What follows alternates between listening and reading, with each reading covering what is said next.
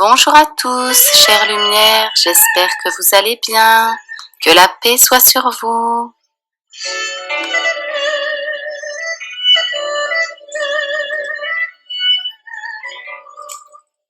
La familiarité que l'amour établit entre Dieu et l'âme fidèle. Quand Dieu est présent, tout est doux et rien ne semble difficile. Mais quand Dieu se retire, tout fatigue. Quand Dieu ne parle pas au-dedans, nulle consolation n'a de prix. Mais si Dieu dit une seule parole, on est merveilleusement consolé. Heureux moment où Dieu appelle des larmes à la joie de l'esprit. Combien sans Dieu sommes-nous arides et insensibles? Et quelle vanité, quelle folie si nous désirons autre chose que Dieu. Ne serait-ce pas une plus grande perte que si nous avions perdu le monde entier? Que peut nous donner le monde sans Dieu? Être sans Dieu, c'est un insupportable enfer. Être avec Dieu, c'est un paradis de délices. Si Dieu est avec nous, nul ennemi ne pourra nous nuire. Qui trouve Dieu trouve un trésor immense, ou plutôt un bien au-dessus de tout bien. Qui perd Dieu perd plus et beaucoup plus que s'il perdait le monde entier. Vivre sans Dieu, c'est le comble de l'indigence. Être uni à Dieu, c'est posséder des richesses infinies. C'est un grand art que de savoir converser avec Dieu, et une grande prudence que de savoir le retenir près de soi. Soyons humbles et pacifiques, et Dieu sera avec nous. Que notre vie soit pieuse et calme, et Dieu demeurera près de nous.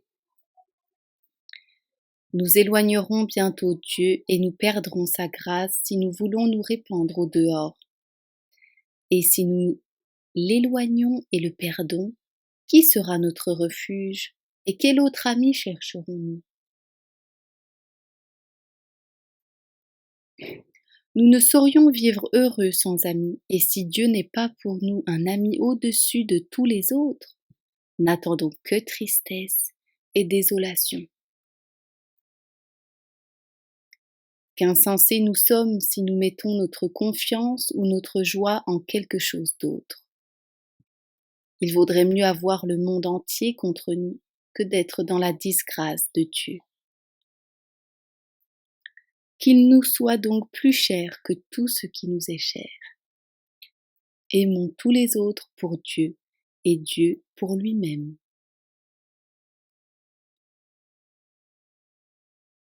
Lui seul doit être aimé uniquement parce qu'il est le seul ami bon, fidèle, entre tous les amis. Aimons en lui et à cause de lui nos amis et nos ennemis, et prions-le pour tous, afin que tous le connaissent et l'aiment.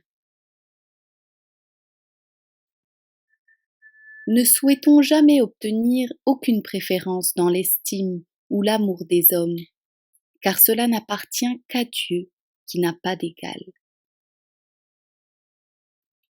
Ne désirons pas que quelqu'un s'occupe de nous dans son cœur, et ne soyons nous-mêmes préoccupés de l'amour de personne, mais que Dieu soit en nous et en tout homme bien.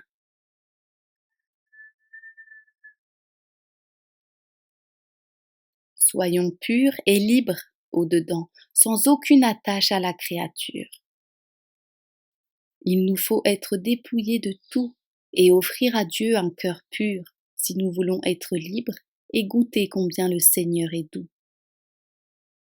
Et certes, jamais nous n'y parviendrons, si sa grâce ne nous prévient et ne nous attire de sorte qu'ayant exclu et banni tout le reste, nous soyons seuls unis à lui seul. Car lorsque la grâce de Dieu visite l'homme, alors il peut tout, et quand elle se retire, alors il est pauvre et infirme, et ne semble réservé qu'au châtiment. En cet état même, il ne doit ni se laisser abattre, ni désespérer, mais il doit se soumettre avec calme à la volonté de Dieu et souffrir pour l'amour de Dieu tout ce qui lui arrive. Car l'été succède à l'hiver, après la nuit revient le jour, et après la tempête, une grande sérénité.